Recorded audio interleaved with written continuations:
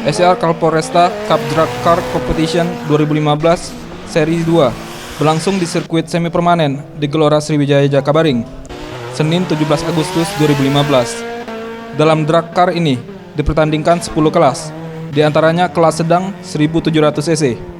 Menurut Henry, Ketua Panitia ACR Kapolresta Cup Drag Competition 2015 mengatakan kejuaraan drag car Series 2 ini berjumlah 158 peserta yang akan bersaing memperebutkan total hadiah sebesar 126 juta rupiah. Kegiatan ini selama 2 hari. Seri pertama, untuk seri kedua lebih ramai dari seri pertama. Jadi Alhamdulillah untuk peserta mengalami peningkatan untuk seri kedua ini. Sementara itu dari hasil perlombaan, untuk kelas sedan 1700 cc, juara 1 Mirno, juara 2 M. Akbar, dan juara 3 Rifki Akbar. Untuk kelas sedan 1501 sampai 2000 cc, juara 1 Richard, juara 2 Theo Ucai, juara 3 Wildan RF.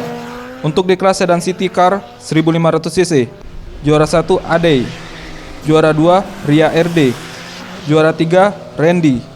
Kelas minibus 1500 cc, juara 1 Royman, juara 2 Richard, juara 3 Brian Wira.